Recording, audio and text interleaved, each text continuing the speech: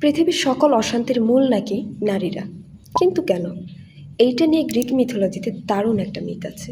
বলা হয় দেবতা জিওস একবার মানুষদের উপর প্রচণ্ড ক্ষেপে গিয়েছিলেন, কারণ প্রমিথিউস নামক এক টাইটান দেবতাদের কাছ থেকে আগুন চুরি করে মানুষদেরকে দিয়েছিলেন।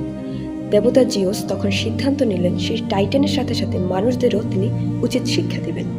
তাই সকল দেবতাদেরকে একসাথে নিয়ে তিনি সৃষ্টি করলেন এক নারী চরিত্র, যার নাম প্যান্ডোরা।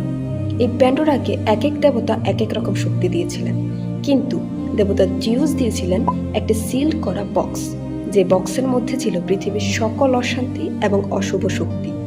দেবতা জিউস প্যান্ডোরাকে বলেছিল প্যান্ডোরা যেন কখনোই এই বক্স না খোলে, কখনোই না মানে কখনোই না। কিন্তু প্যান্ডোরা নারী হওয়ার কারণে তার মধ্যে এক ধরনের কিউরিওসিটি হতে থাকে যে এই বক্সের মধ্যে কি আছে।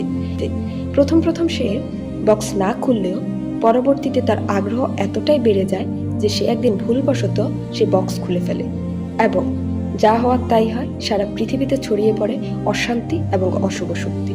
মূলত সেইখান থেকে এই প্রভাবটা প্রচলিত যে নারীরাই সকল অশান্তির মূল।